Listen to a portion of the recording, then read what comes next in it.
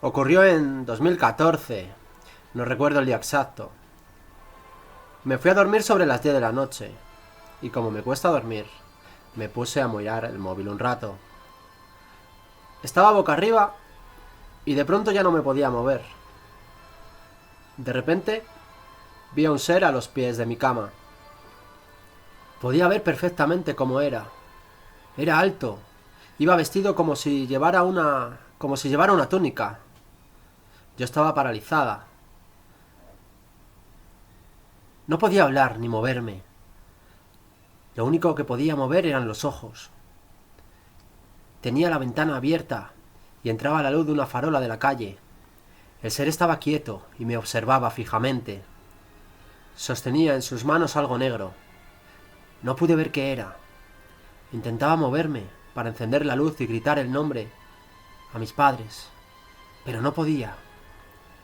Y aunque todo eso me pareció que fueron 5 minutos, cuando por fin pude encender la luz, miré la hora del teléfono y comprobé que habían pasado 2 horas.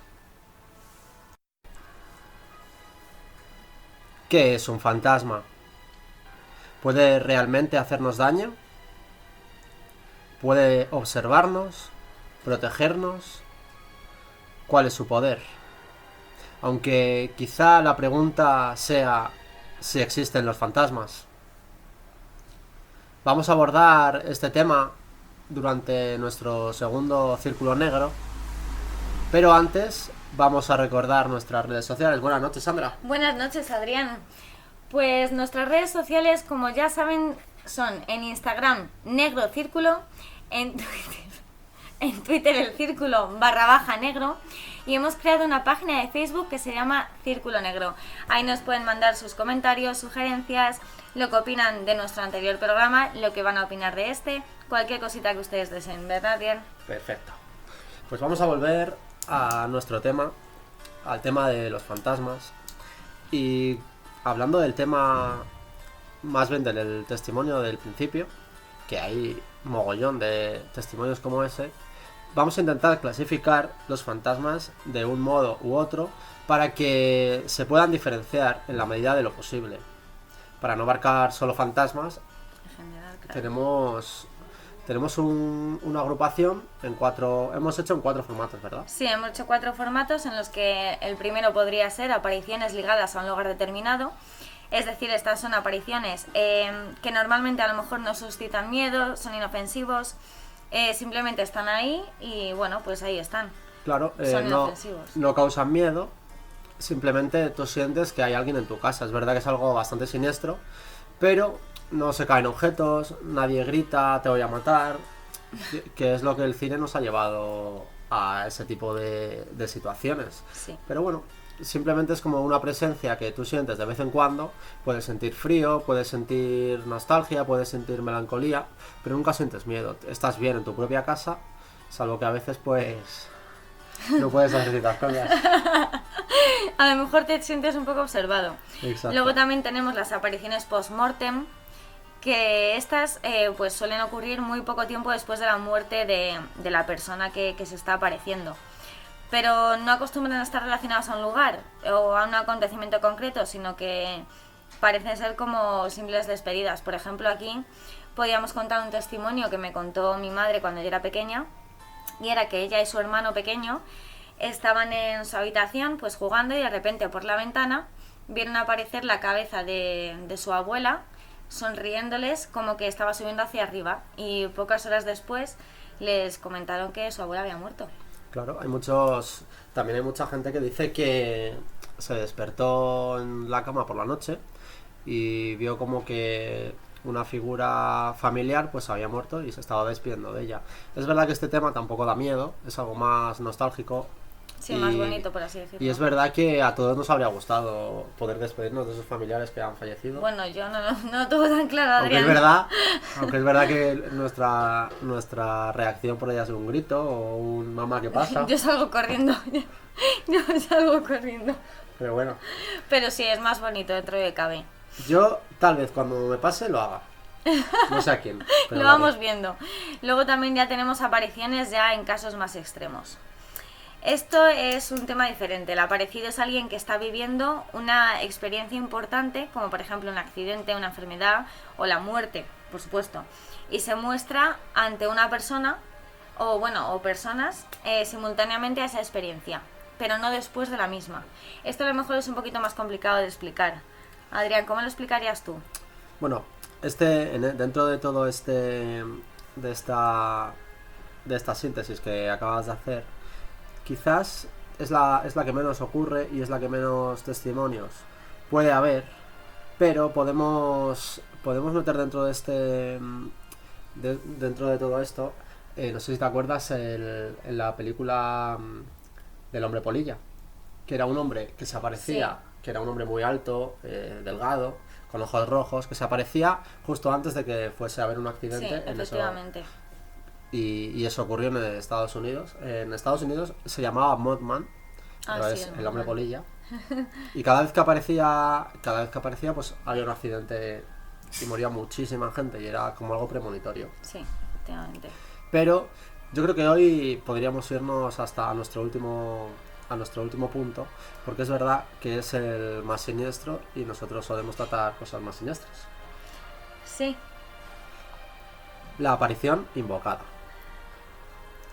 ¿Y cómo se invoca un fantasma? Mediante la Ouija, mediante un medium. Porque los medium, luego lo vamos a tratar, los medium han estudiado la psicología y dentro de la psicología está la parapsicología, ahí está. que está dentro de esa rama, y es verdad que es para gente que es muy sensible, muy sensitiva y que capta esas presencias de una forma u otra. Los pueden ver, lo pueden observar, los pueden escuchar y los pueden sentir de una forma o de otra. Eso teníamos que haber estudiado nosotros, Adrián, Sí, la parapsicología. Lo que pasa es que yo no tengo mucha... Yo no siento nada. Yo tampoco percibo muchas cosas, la verdad. Bueno, en casa de mis padres a lo mejor sí percibo cositas, pero eso ya lo contaremos. Yo soy un hombre de hielo. Pues bien, hablábamos de la aparición invocada mediante la Ouija. Una persona puede hacer una Ouija en un sitio determinado. Es recomendable no hacerla, Es recomendable no hacerla, por favor. porque lo que puedes sacar de ahí no es nada bueno, siempre son cosas malas. Pues bien, tú invocas un fantasma, pero no sabes qué fantasma invocas. Puede ser algo malo, que es lo normal, porque si no, ¿quién va a querer ser invocado? Desde Y eso es luego. muy peligroso. Y por cierto, hablando del tema de la Ouija, nos gustaría hacer un programa sobre ella, así que díganos en nuestras redes sociales qué opinan sobre el tema. Y bueno, continuando, pues bueno, sí que es verdad que todos tenemos cierto respeto a lo desconocido, porque a ver, nadie sabe realmente el poder que puede tener un fantasma o el daño que nos pueden ocasionar, y eso es lo que más miedo yo creo que nos da. Y si analizamos los casos que vamos a mostrar a continuación, pues ya veremos un poco de todo. Terror, Claro. nostalgia. Es verdad que en cuanto a temática y películas y libros, y incluso si vamos atrás en la historia, pues mucha gente dice haber visto un fantasma, Sí. dice haber sido perseguido por un fantasma, dice haber captado una psicofonía en ciertos lugares donde normalmente las voces que se escuchan son bastante macabras, Débiles, siniestras. Es verdad que no hay una psicofonía que digas es clara, está diciendo esto, No, pero es muy complicado. todas incitan a... Ojo que a lo mejor quiere que Sí. nos vayamos, iros de aquí. Sí. Pero bueno, que nos vamos del tema. Nos vamos a ir...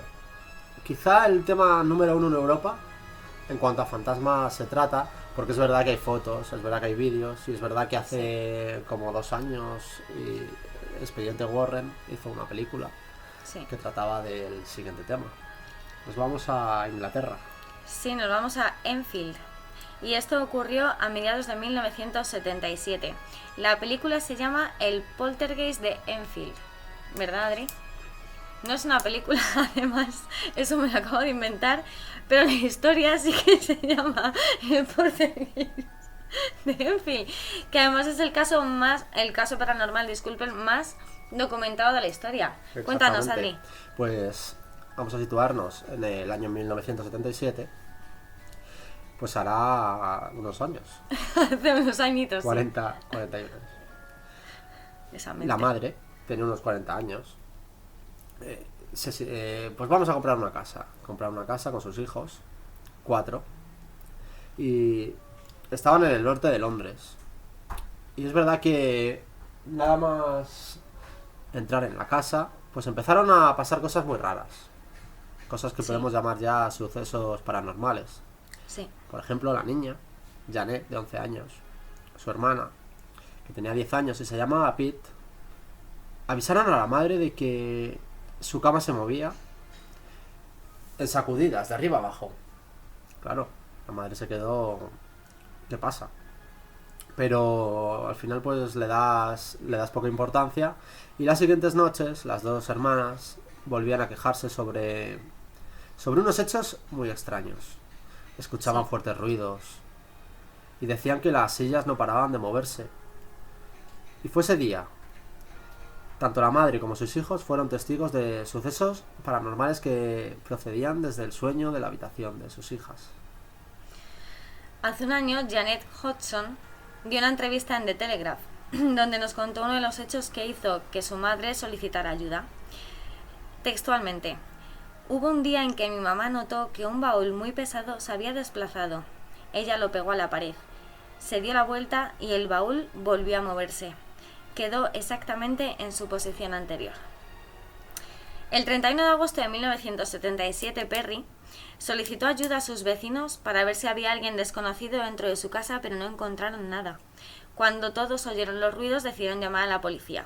Eran sobre las 11 de la noche y los uniformados llegaron al lugar y oyeron exactamente los mismos ruidos que no tenían ningún tipo de explicación lógica. Luego el Daily Mirror quiso tener la noticia y envió a un redactor, a un fotógrafo y a un reportero. Y ellos también presenciaron los sucesos paranormales. Y fue entonces cuando el redactor decidió contactar con la Sociedad para la Investigación Psíquica. Y una semana después de que comenzaran los fenómenos, llegó Maurice Grosse, uno de los miembros, a vigilar la casa junto a los periodistas. Sí. Y una vez fue documentado todo esto en periódicos y en revistas, en la boca de la gente, es verdad que los sucesos empezaron a aumentar, como si... Quisieran protagonismo. Claro. Y eso es lo que hizo sospechar a mucha gente de que este tema era un fraude. Porque las niñas se regocijaban en sus sucesos paranormales, supuestamente, como decían ellas, pero la gente descreía mucho de lo que veía, y eso que lo veía, y eso que lo escuchaba, y eso que lo sentía también. Pero había algo raro dentro de esta historia, y por eso mucha gente la cataloga como uno de los mayores fraudes de la historia.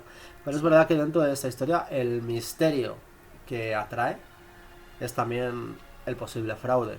Todos los misterios de la historia les pasa lo mismo. Nadie se lo cree, o mucha gente sí, y al final hay una lucha entre fue un fraude, fue real, y eso queda a la vista de cada uno. Sí que es verdad que todos estos sucesos siempre son muy complicados de creer, porque Claro, quieras porque que no...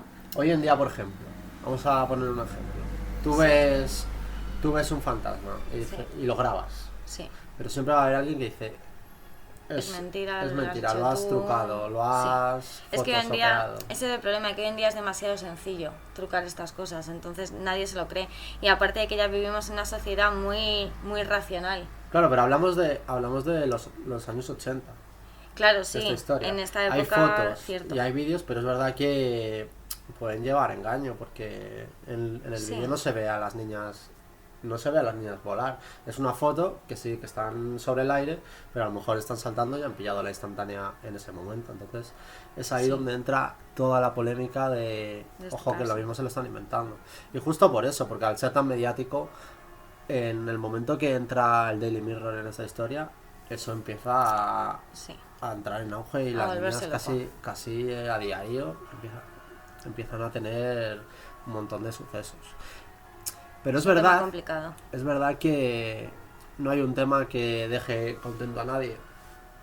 Pero es verdad que tampoco te deja indiferente. Y lo bueno de una historia es que o creas o descreas. Nosotros tampoco vamos a entrar en esa tesitura, No. porque cada uno Yo pienso que quiero, cada uno va a pensar lo que quiera. efectivamente. Así que, como no todos los temas van a ser de miedo, podemos suavizar un poquito el tema de Enfield y nos vamos a ir a España, nos vamos a ir a Albacete, que ¿quién no quiere pasar un verano en Albacete? No voy a hacer la rima. Podría haber sido Logroño, peor. Muy cierto. Bueno, pues nos vamos a ir al caso de una niña que se perdió en un bosque, en pleno bosque de Manchego, en Albacete, en invierno, hacía frío. Y lo vamos a llamar la Dama Blanca. Antonia Tamayo tenía 4 años cuando se perdió en el monte. Sucedió una fría mañana de diciembre de 1979, cuando lo más crudo del invierno azotaba la sierra albaceteña de su tierra natal.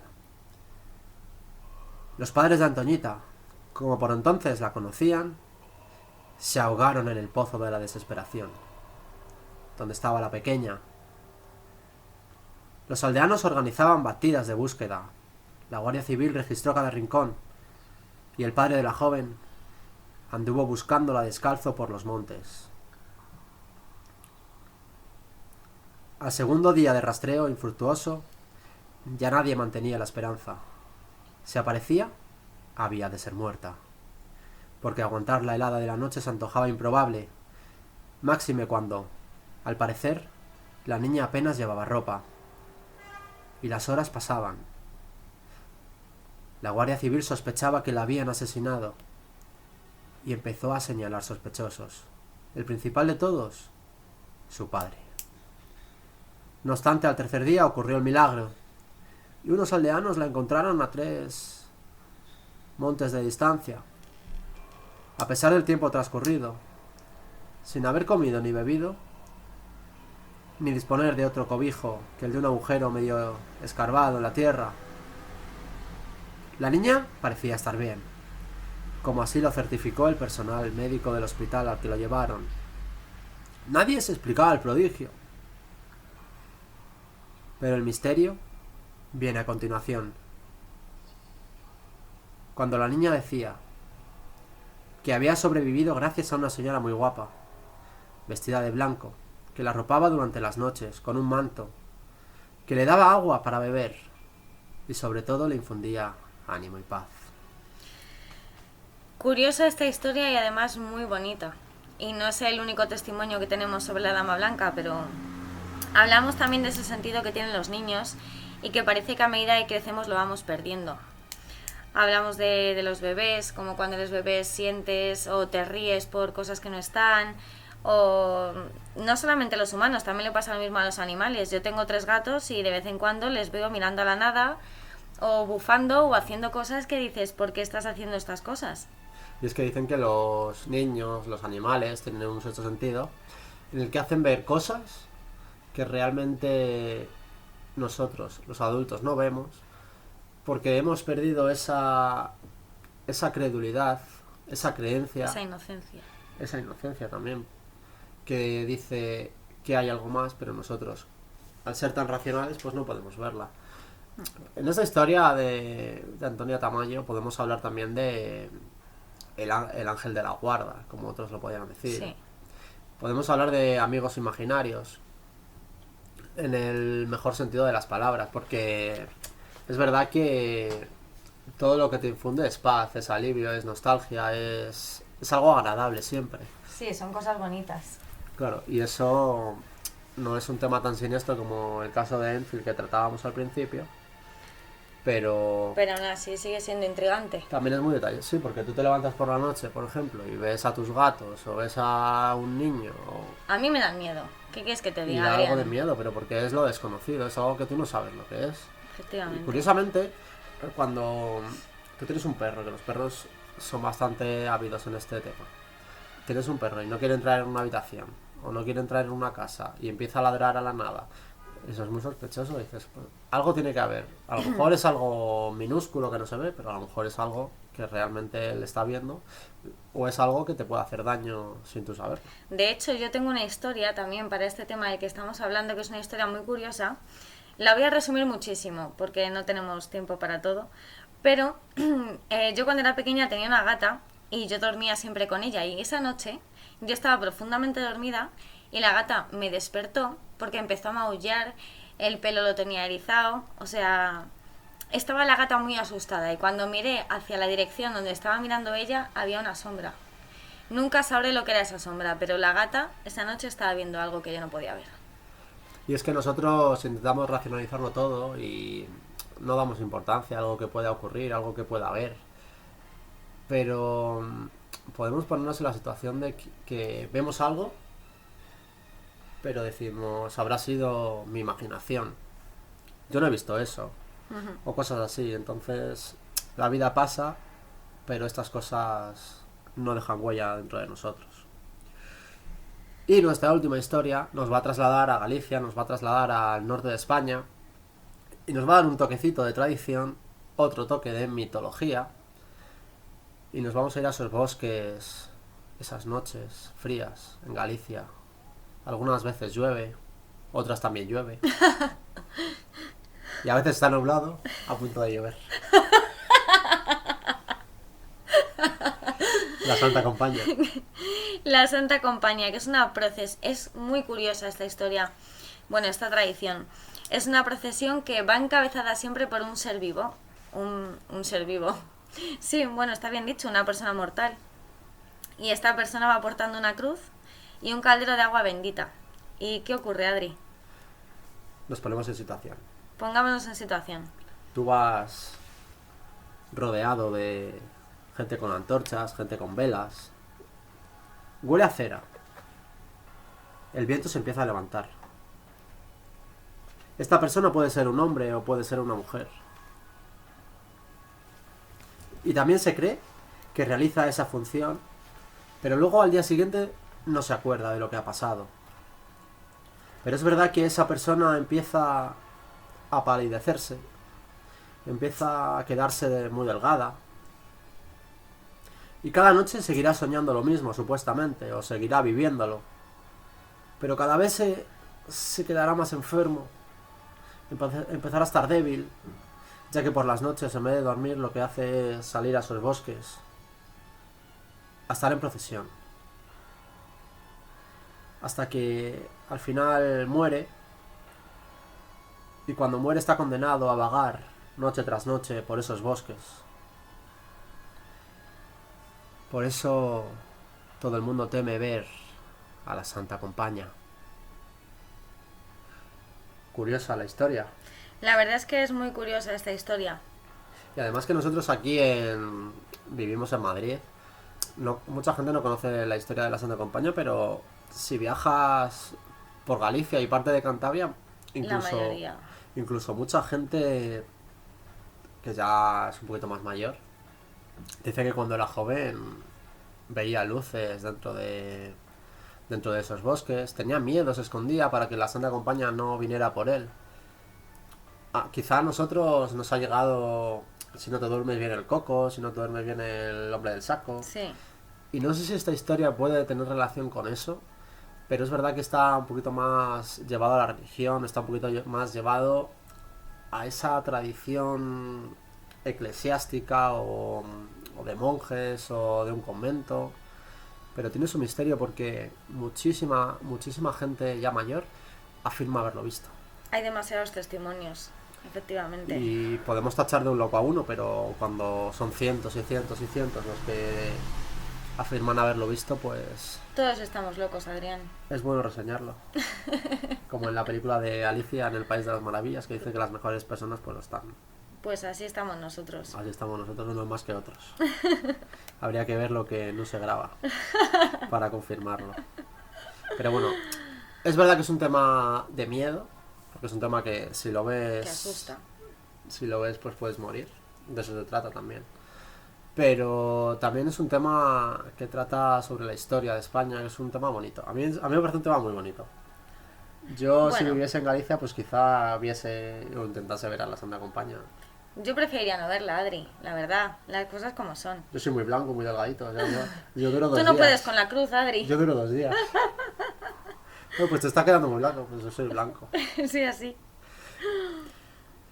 Así que nada.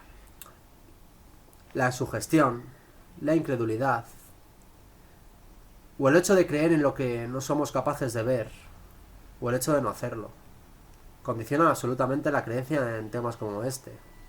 Toda opinión es respetable, pero pensad por un segundo cómo cambiaría el mundo, o al menos tal como lo concebimos, si por un instante pensamos o descubrimos que los fantasmas existen. Algunos dicen que el tema es el fin de la vida. Pues sí, para algunos lo es. Pero puede que la vida no termine ahí. Quizá continúe de un modo distinto, fuera del cuerpo. Pero la mente quizá se transporte a otros lugares. Es algo que no se va a poder demostrar nunca. La vida tiene su magia, pero también la muerte. Quizá la religión intente subsanar esos vacíos e incógnitas que deja la vida, pero estamos muy lejos de saber que es verdad y que no lo es. De momento, procura abrir bien los ojos, pues todo puede pasar.